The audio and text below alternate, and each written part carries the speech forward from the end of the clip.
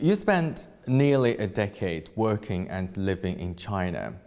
So I think it's really difficult to put that into one question to summarize your experience in China, nearly 10 years. But from the moment you landed in the country to the time you left in 2019, how do you see China and how do you see yourself even after that experience? That's an easy answer because it was from petrified to love.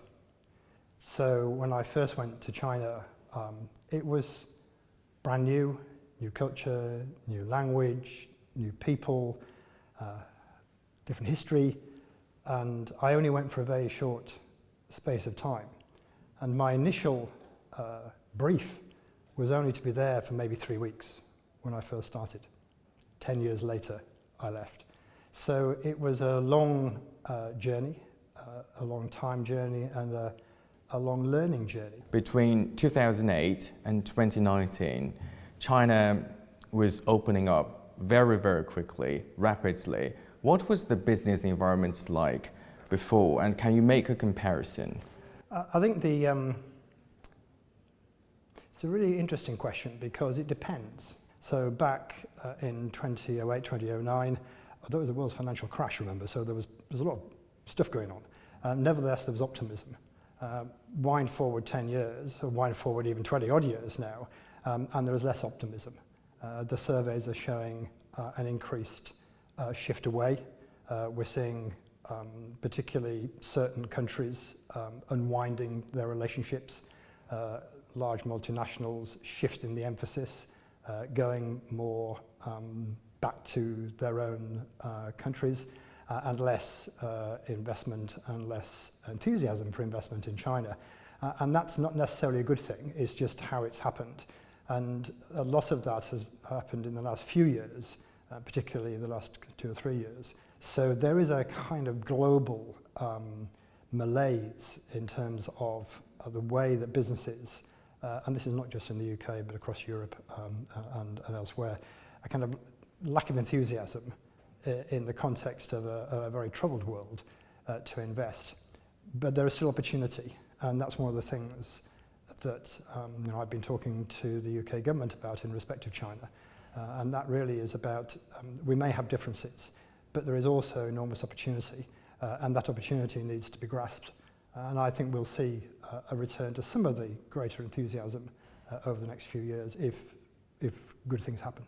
If good things happen, but do you think geopolitics has made that quite difficult? I'm not going to comment about what's going on right now because that's a point in time, and being Chinese, you will understand this is only 1 year in 100. So if you take a long-term view, I think this is a bump on the road to an inevitable change in the world order, and that's not necessarily a bad thing. It's just quite difficult for many people to come to terms with. So it's of course, if you look at the way that markets respond to the acts of individuals, there is short-term uncertainty and there are short-term troubles.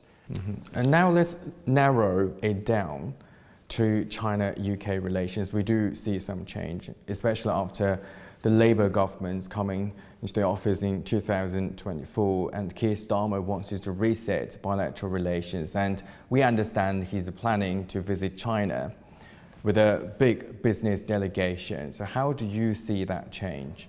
Well, I think to underpin this, we've had the recent announcement about the Chinese embassy, and I think that's, personally, I think that's the right decision. I know a lot of people disagree with me, but I think that as part of the steps, crossing the river by filling the stones, famous from Deng Xiaoping. So I think that's where we are. We're crossing the river by filling the stones, and I think there are steps, and I know that Keir and Rachel Reeves and others really do want to lean into the China relationship.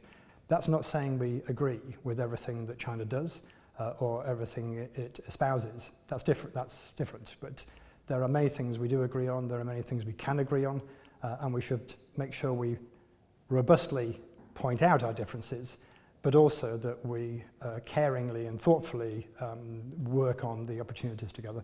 And I know that Keir will want to do that. And do you think he's trying to revive this so-called golden era with China by re-establishing stronger business ties with China? I think that the golden era is of an era and of an age. I think what we would like to see, and certainly as a business organisation we would encourage, is a reset, but a one that has purpose and one that has longevity, not just a flash in the pan. Regrettably, we saw in that golden era, it didn't last. But by reset, how is it different from the bilateral relations from before then? Because I think it's couched with a Labour government. That's very different to a Conservative government. There's a different ideology, and ideology drives a lot of what Labour is doing. And they may disagree with me about this, but I'm just as an observer from outside. It's very important, and the underpinning ideology. You mean the Labour government Labour is government. more practical? Yeah, I would well put. And I think that is the way that kind of practical, down-to-earth, very kind of roll sleeves up, get on and have a conversation approach which the Labour government is taking is different from the past. And you often say that respect is at the heart of doing business in China because of your experience in China back in the days. So just in practical terms, what is that about and what does it look like? That's about mutuality. So I might disagree with you, but I respect your view. I might have a different... we agree to disagree, we agree to disagree, and that's a very British thing. Some cultures find it very difficult to agree to disagree. Yeah. We find it easy, because once we agree to disagree, we can put that disagreement to one side and find out areas where we can align. And that really is about diplomacy. Diplomacy seeks alignment, not agreement. And very much within, my opinion, is that we're very much within the Chinese psyche. It's trying to find alignment, not always agreement. And that's quite something that we find as British people it's easier to access that than win. And do you think the Prime Minister will be able to achieve that during his visit to Beijing this time? I have a hope, and we have an expression, hope springs eternal. And I think that, I know he's going with good heart, and he wouldn't be going unless he felt, particularly in a world that has somewhat differing views about China. I think that he's going, it's a high-risk strategy, actually, right now. But I believe it's something that he's up for that risk, and I think in the long-term interests of the United Kingdom, which is what he's employed to do as the Prime Minister, it's the right thing to do. But China is concerned about political stability. Now it's the Labour government and Prime Minister Keir Starmer. If the government is changed again and China will have to renegotiate some of the terms, do you think that's I don't think that concerning the British? As I say in Yorkshire, it makes a heap of the difference. Basically, for a start, it's highly unlikely we're going to see a change of government in the next 3 years. Right? Labour is here.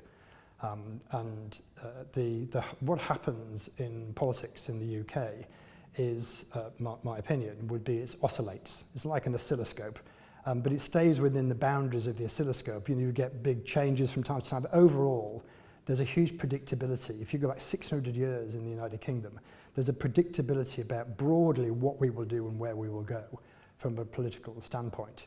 We don't oscillate much around the mean, and that makes us more predictable. And from where you sit, as a business professional, what do you think both sides would like to achieve in this visit? I think first hurdle, first step, that first stone felt again, to see that the river may have changed its course, but we are still walking across that river to find the opportunities on the other side, but we're doing it together. And I think that's really, if you go into the outdoors and you cross a river, you'll use poles to feel your way, so other support to feel your way, and that really is the same analogy that Keir will use, the support of business, the support of fellow colleagues, and the support of Chinese colleagues as well, to make sure we can feel our way together to greater prosperity across that river.